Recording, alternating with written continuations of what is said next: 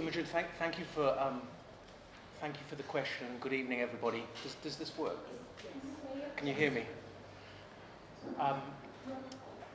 How to begin? So to say that I was talking to colleagues earlier. My 17-year-old daughter is very upset about the Brexit decision, and is absolutely engaged and wishes so much that she'd had the opportunity to vote in the EU referendum. And I had a very interesting discussion with her the 2 weeks after the EU decision, and it went along the following lines, because previous to that decision, she had no interest whatsoever with any type or form of politics. In fact, she thought and thinks, or thought at that time anyway, that Daddy was frankly bonkers. And maybe I am. But I grew up in South Africa, and I grew up in a country where a minority oppressed a majority of people. And there was two ways of dealing with this. There was the armed struggle, which to a certain degree was pretty effective, and there was a democratic approach. And I would say to all of you, regardless of your political persuasion, the one thing that we absolutely understand, whether it's at a local level or at a national level, your vote really counts. Here is someone who has stood for Parliament 3 times because I believe in democracy. I lost to Nick in 2005. I said to Nick earlier, I spent 6 or 8 months, maybe 10 months, walking 10 paces behind Nick. But it was important, even though I can probably now admit I thought my chances were limited at best, that we have that democratic process. And here tonight you have different political views. You are engaged, you are here. It's so very important. I hope very much that whatever happens as a result of the EU referendum is that young people do absolutely engage fully with this democratic process. Thanks, Imogen, for your question. I've been a teacher for a long time, and I was actually a teacher until last March, until I actually got elected and got involved full-time being on the London Assembly, being a full-time politician. I do know that there is the citizenship syllabus, and that is supposed to teach people about politics and political process, but it's not something that is examined. So quite often with these subjects, citizenship and also PSHE, personal social health and education studies, they get neglected as second-class subjects because they're not, they don't give you a qualification. But it is so important that people do understand, particularly at secondary school, the implications and the importance of politics. We see turnouts in a general election, maybe 60 to 65%. 65% at a high level, which means a third of people don't bother to vote. And even in the Brexit vote, the most important votes we've had in this country probably ever, the turnout was 75%, roughly, which means 1/4 of people didn't know or didn't bother to vote in the most important election referendum we've ever had. And when it comes to local elections, we get turnouts usually 30 to 40%, which means more than half of people don't vote. And local elections are so important for your everyday life, what goes on in your city, whether streetlights get repaired, whether potholes get covered in, what happens to parks, what happens to trees, for example, in the city. I mean, I understand at the moment there's in Sheffield, there's the trees are in danger, and the local council is putting in place a programme to cut down a lot of trees. Which is very, very bad. If you want to stop that, you need to get involved in local politics and local issues, as well as national issues. It's so important. My personal opinion is that perhaps politics should be included in something like history, so that it isn't a subject that is examined, and that would give it, as a subcomponent of history, it would give it more of a status, more of a standing. So that's perhaps one way of doing it. But you're certainly right, and to bring up the issue, it's so important. I think the short answer is yes. I think it would, though it's not a magic wand, and it depends massively, as David's just implied, how it's taught. Is it taught in a way that's engaged? I mean, just a sort of tick box exercise in the class would probably put people off politics even more. So, I think your instinct is right, Imogen, but how you do it and how it's examined and so on is crucial. And I'll tell you what, I mean, there's the obvious observations about the more one can, instill an interest in and an understanding of how unwritten constitution works and how Parliament works and so on and so forth, the better.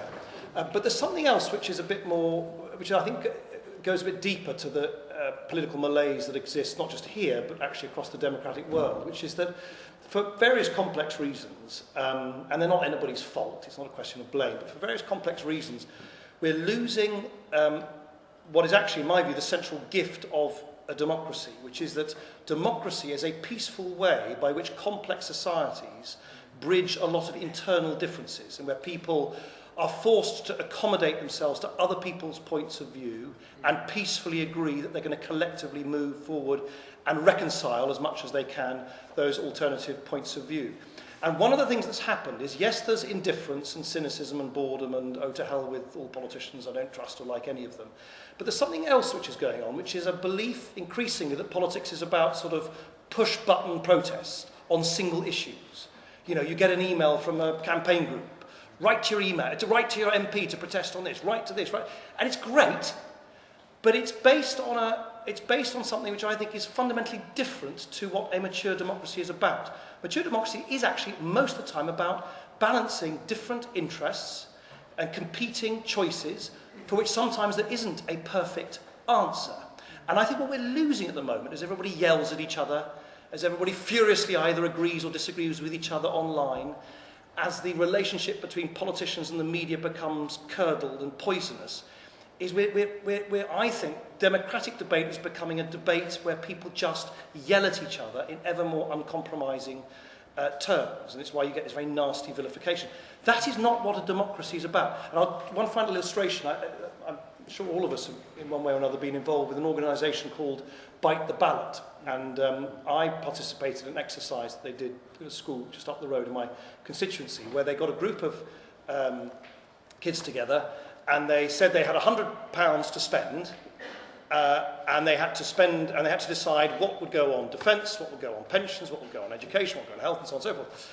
And it was fascinating to watch, because suddenly these, I think they were 16-year-olds, had to grapple with the fact that there wasn't enough money, and they had to make choices. Interestingly enough, they all decided to cancel the foreign aid budget in that particular discussion. Anyway, I just observed that. But I remember that because I thought, well, that's really interesting, because that's challenging the kids about the fabric of a democracy, which is you're trying to balance different interests in society. So if it were to do that, in short, Imogen, I think that would be a fantastic contribution to our political life.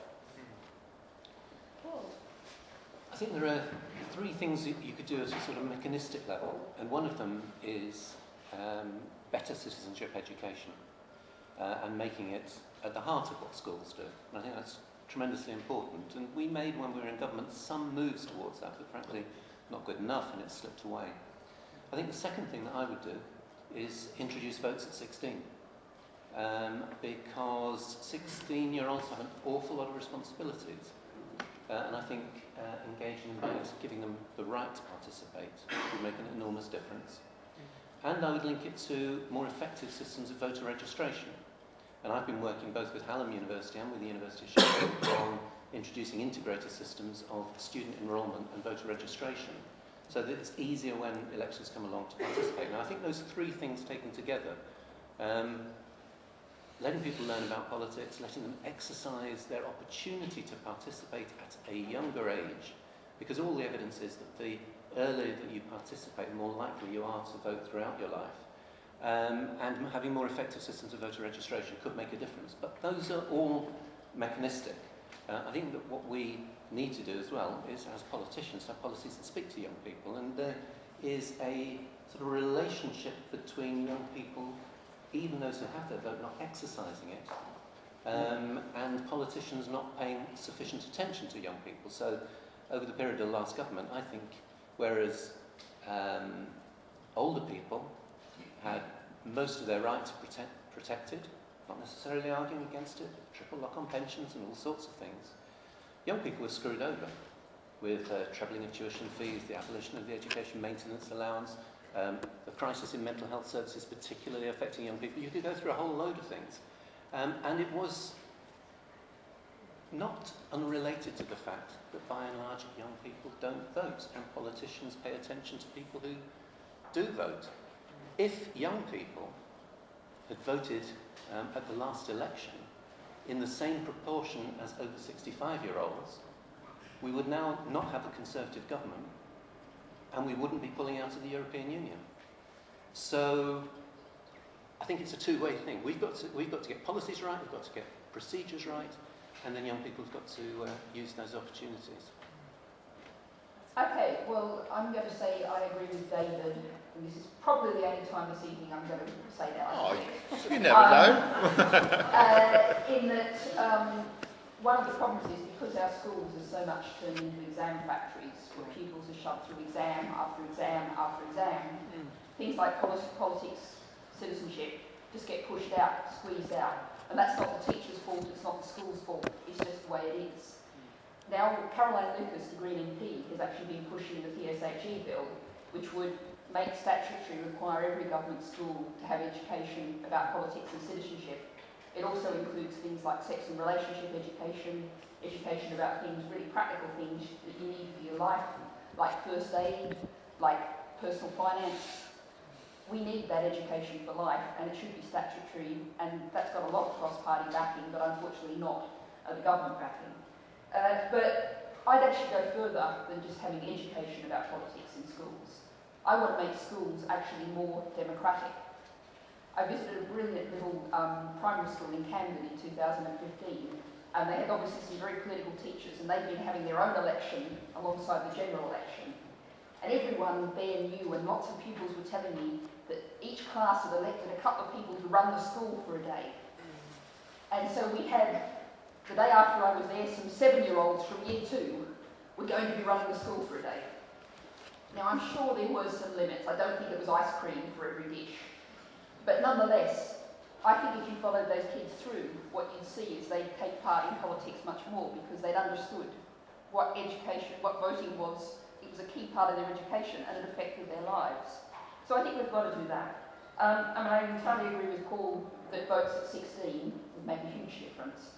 And one of the things I speak at a lot of schools and colleges, and I find that 16 and 17-year-olds are at least as well informed about politics as any other age group. Maybe that all age groups need more education and more knowledge, but 16 and 17-year-olds are perfectly well equipped to vote now. But I think where we are now also is we have the problem of the votes making a difference. We have a government that won the support of 24% of eligible voters in 2015. So you have to feel like your vote can make a difference. So what we need is we need a fair voting system, we need electoral reform. And then I think when people feel like their vote can make a difference, as we saw with the Scottish referendum, the independence referendum, there the turnout was enormous, and the turnout among 16, 17 and 25-year-olds was pretty well as high as the over 70s. So when it really counts, people will come out, and young people will come out.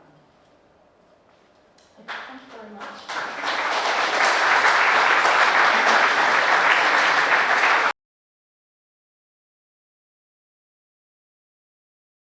Perhaps we'll ask Nick to start, since the first question was... My favourite subject.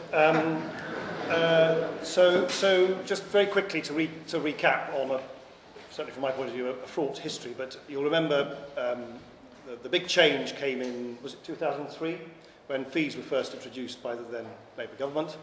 Then a few years later, they were dramatically increased by the Labour government. Then coalition came into power. A man called Lord Brown had been commissioned by the then Peter Mandelson, who was the outgoing Labour Secretary of State, dealing with this. He advocated no upper limit at all. We settled, obviously, from my point of view, politically very painfully, on an upper cap of 9,000, but crucially did so with a number of very important flanking measures, without which it's not really impossible. It's impossible to answer the question. Namely, that unlike the previous system introduced by the Labour government, you were